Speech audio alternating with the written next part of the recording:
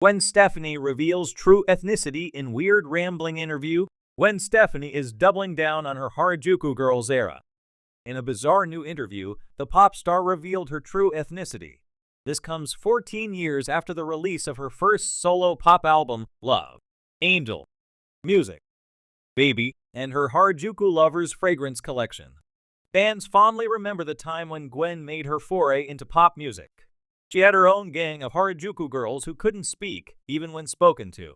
Gwen was accused of cultural appropriation during that time and for much of her career. She defended the decision she made during that time in her career. The country singer also shared her true ethnicity, which puzzled fans.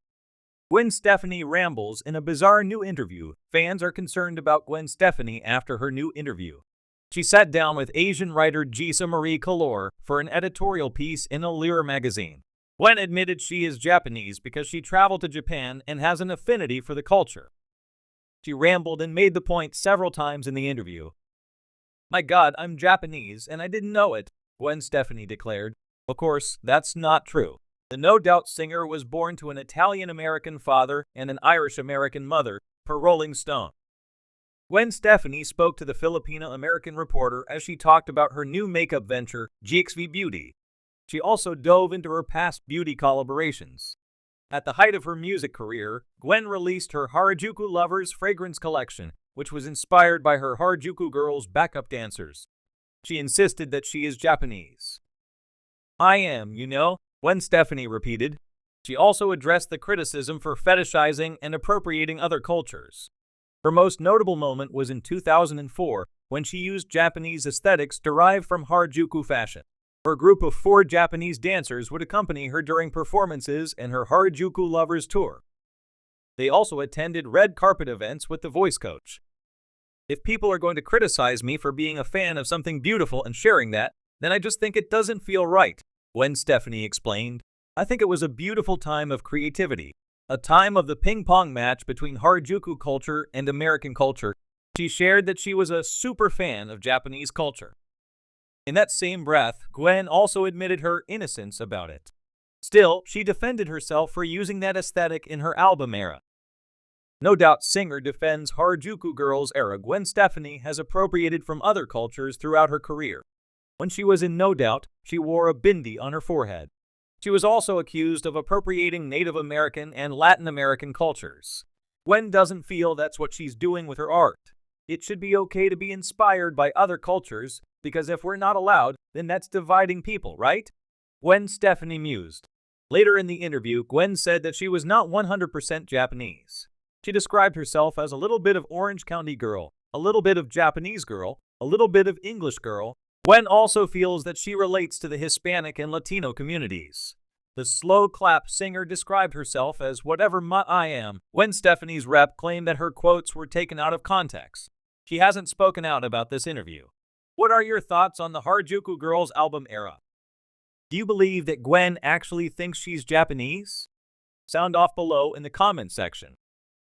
Check back with TV shows Ace for more news on Gwen Stefani. Gwen Stefani, a name synonymous with eclectic fashion choices, iconic hits like Hollaback Girl and Don't Speak, and her distinctive platinum blonde look, has been a cultural fixture for decades. However, a recent interview has sparked a whirlwind of confusion and curiosity as the singer made a series of bizarre comments that seemed to allude to a shift in the narrative about her ethnicity.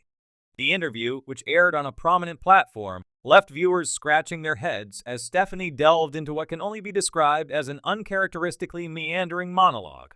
Known for her precise brand image and polished public persona, this moment stood out as one where she seemed to blur lines between cultural influences, personal identity, and her heritage in a way that left many questioning what exactly she was trying to convey. A chameleon of culture throughout her career, Stefani has been known for her deep appreciation of different cultures, sometimes to the point of controversy. In the early 2000s, she famously embraced Japanese Harajuku fashion and even brought her Harajuku Girls dancers along for her solo tours. Critics at the time accused her of cultural appropriation, arguing that she was using Japanese culture as a prop for her image without fully understanding or respecting its origins. Stefani has consistently pushed back against these claims, stating that she sees her fashion choices as a celebration and tribute, not appropriation. In the now infamous interview, this complex relationship with cultural identity seemed to take center stage once again. Stefani, whose parents are Italian-American and Irish-American, made several references to her childhood growing up in Southern California, where she was exposed to a diverse array of ethnicities and traditions.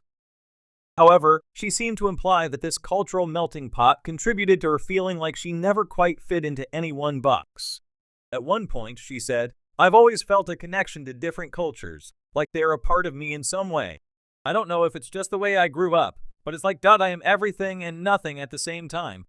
This statement, vague as it was, appeared to suggest that she views her identity as fluid, not confined by her actual ethnic background.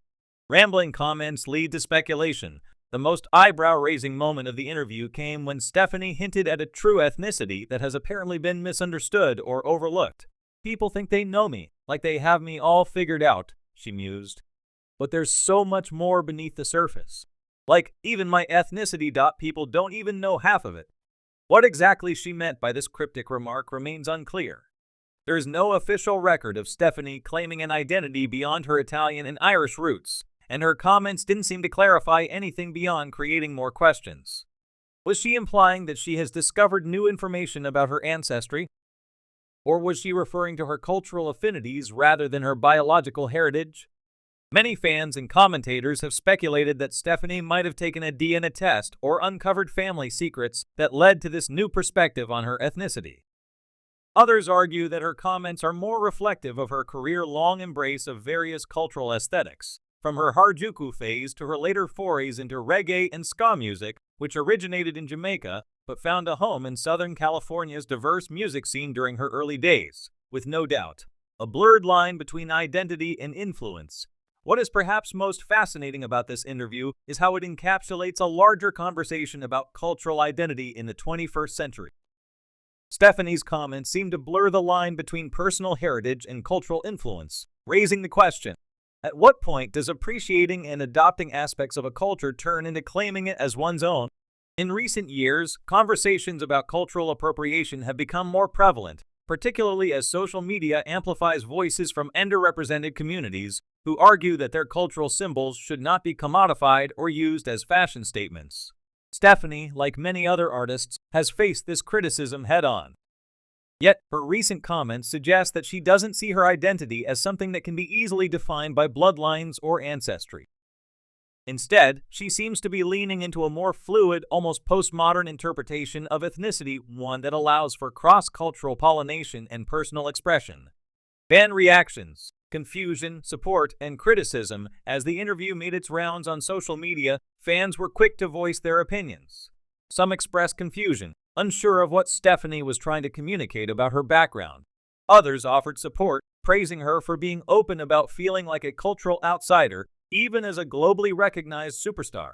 A few critics, however, saw her comments as yet another example of a celebrity using vague language to dodge accountability for past accusations of cultural appropriation.